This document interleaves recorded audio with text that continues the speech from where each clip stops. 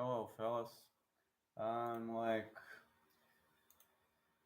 I told you, this will be a massive insult for Canadian fans. This UFC presser, and unfortunately, I was right.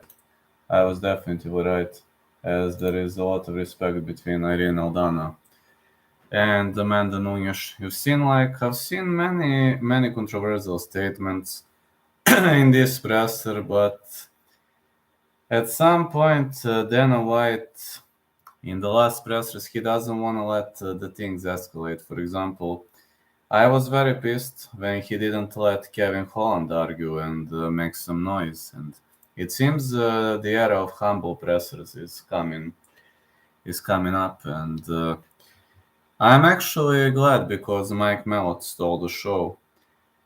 Mike Malott is the only guy who actually talked something like, but that always happens. I want to tell you one thing. You got Charles Oliveira.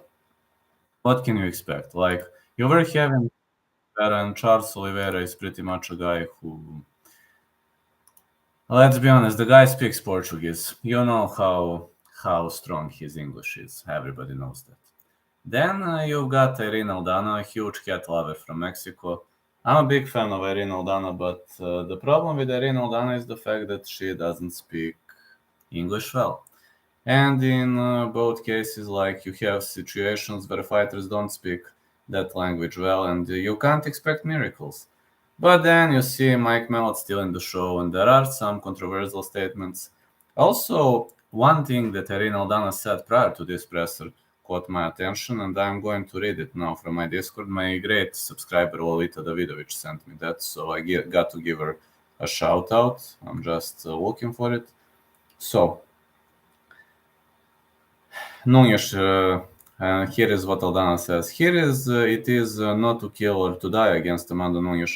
For me, it is a kill or it is a kill or kill. I respect her, but I have decided I'm hungry for that belt. Let's call it what it is, a war. I'm hungry for that belt, and that statement is pretty much on point. But we've seen like a good trash talk attempt on the end of Mike Malott. I didn't even know that this guy knows to trash talk. I'll be honest with you. I was thinking that I was expecting a lot on this presser from maybe Dan Ige, from Nate Landwehr, but now in Dana White, this doesn't come as a surprise, really much. And Mark Andre Barrio, Eric Anders, they're pretty much humble guys. They have humble personalities, and you know that. You know how it goes. But Mike Malott actually stole the show, and I want to say, for me, the people's main event is Charles Oliveira versus Benel Dariush, despite their trash talking skills are pretty much off point. And Irene Aldana also, she has a nice humble personality. And also Amanda Nunes, there is a lot of respect between Amanda Nunes and Irene Aldana. She praised UFC 289 opponent Irene Aldana, calling her a better fighter than Juliana Pena for sure. But honestly, she believes she is going to stop her, and no doubt in her mind, this belt is Brazilian. This belt is mine. I'm completely ready for this fight. She's a better fighter than Juliana for sure. She's going to bring the challenge, and I'm ready for this battle. I'm more ready than ever. She's going to bring the challenge. I'm going to be ready to answer it. You guys have a great main event. Well, no, we don't have a great main event. I'm going to tell you, we don't have the great main event because this main event is an insult for Canadian fans, Amanda. And everybody knows this is an insult. Like, it would have been better if Jasmine Jozudevicius fought on the main card, or, for example, if Mike Malott was the main event. But people's main event is Benel Dariush versus Charles Oliveira. No, we don't have a good main event. Now, apart from getting a better challenger, the UFC champ feels fans also got an exciting matchup on deck as she sees Aldana as a dangerous adversary. Definitively, this girl can knock people out. You guys saw, and me too, how exciting that can be. We're going to punch each other and try to kick each other's ass. I hope you guys have a good time. No, we are not going to have a good time, Amanda, because I told you already, this main event is trash. I'm a die-hard fan of Irene Aldana, as she is a huge cat lover just like me. But this is insult for Canadian fans. That is what I'm trying to prove you right now. I mean, imagine this, Amanda. In the middle of Brazil, you have a main event where you don't have a Brazilian fighter featuring. What would you think about it? I'm just saying this can't be a good main event. Then Iggy wants to rebuild his brand before facing top-ranked foes again, and this is pretty much okay. As far as the rankings go right now, I'm just honestly trying to go out there and rebuild myself, rebuild my name, rebuild my brand. If I went out there, fought number 4, won like cool, doesn't really do me anything. It's not going to earn me a title shot right away. It's all about winning and racking up those wins. I've been on a 6-fight win streak in the past. Sorry. And I want to get back to that. I want to get back to just a good long win streak before I'm fighting the top 5 guys. Eventually work my way back up to the belt. Well, everybody's dreaming of the belt, but I'm just saying. Also, Irina Aldana, very much of a humble statement. Irina Aldana sees Amanda Nunes' gold, but won't let status affect her at UFC 289. For me, she is the greatest of all time. For me, she is.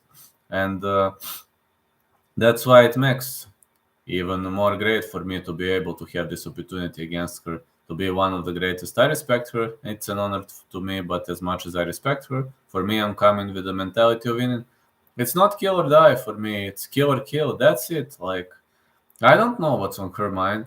I don't know if she wants to retire or not. We'll never know how the other fighter is going to come mentally, but I'm expecting her best version, thinking that if she is going to retire, that she is going to want to retire as a champion.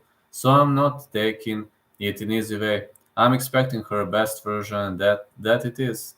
Like, I agree with that, but I definitely agree with that. And Derek Anders is planning retirement after 5 more fights to focus on fatherhood, which is okay, and that is pretty much okay.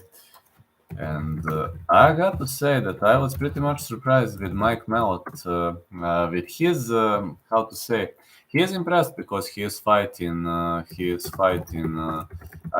of UFC fans in Canada, but he wants to bring on a show. He really wants to bring on a show, and Mike Malott is feeling the energy at UFC 289 press conference, and he really felt that energy. He predicted 10th stoppage victory at UFC 289. I got to say that he says the fight will probably not go the distance, and he is feeling the energy. He is really feeling the energy. Just when I've seen how he, oh, look at this, feeling the energy, feeling this. 35 million Canadians behind me. This is the energy. I won't been dying for, man, my whole career. I've been wanting this. I've been waking up for the last 8 weeks, dreaming of this noise, dreaming of you rowdy fans getting behind us. I can't wait for Saturday night, baby. I mean, the guy felt energy. I really, really think the guy felt energy, and he is into the spirit of things right now.